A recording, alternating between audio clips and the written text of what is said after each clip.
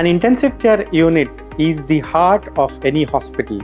Why? Because we deal with sick patients, and generally a good hospital needs to have a good ICU.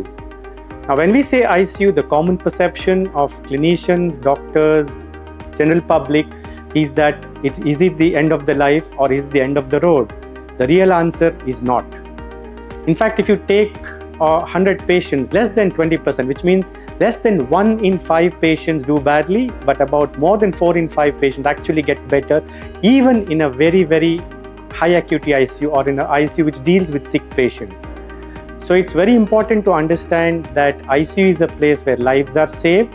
Of course, there's a lot of intensity of work that goes in, a lot of effort by ICU teams and other allied teams that help the patients to get better. And also, most important is to follow regimental protocols within the ICU, because it is these protocols which are needed for care of the high-end critically ill patient that we deal with.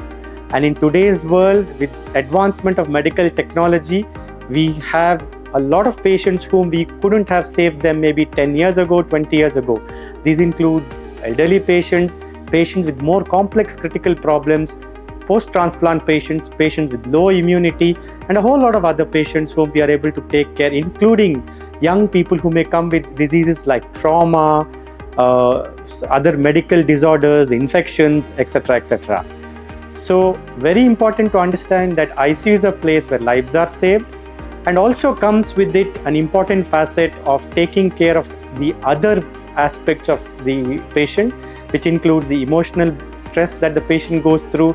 It also includes taking care of the family and providing them the necessary moral and other social support that is often needed for families during this critical time. It's important, however, to understand here that patients need to come to ICU much earlier than when they actually become very, very sick. If you ask us as ICU specialists, which are the types of patients we would prefer to have, you would say patients who are less sick but who are impending or likely to get unwell over a period of time, because these patients need to be brought in early so that they get better faster with lesser duration of stay in the ICU, and of course a good outcome at the end of the day. Just like in other aspects of medicine where we say there is something called the golden hour rule that applies for all our acutely ill patients as well.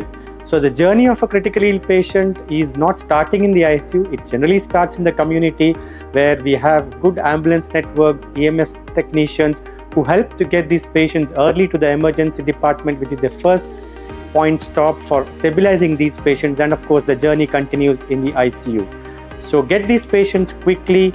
Important for lay public, common men, common people, and of course doctors to be able to pick up who are the patients who are likely to get sicker earlier, and of course sometimes electively admit them in the ICU for better monitoring so that they get well soon and don't actually deteriorate to the point where they would need significant support.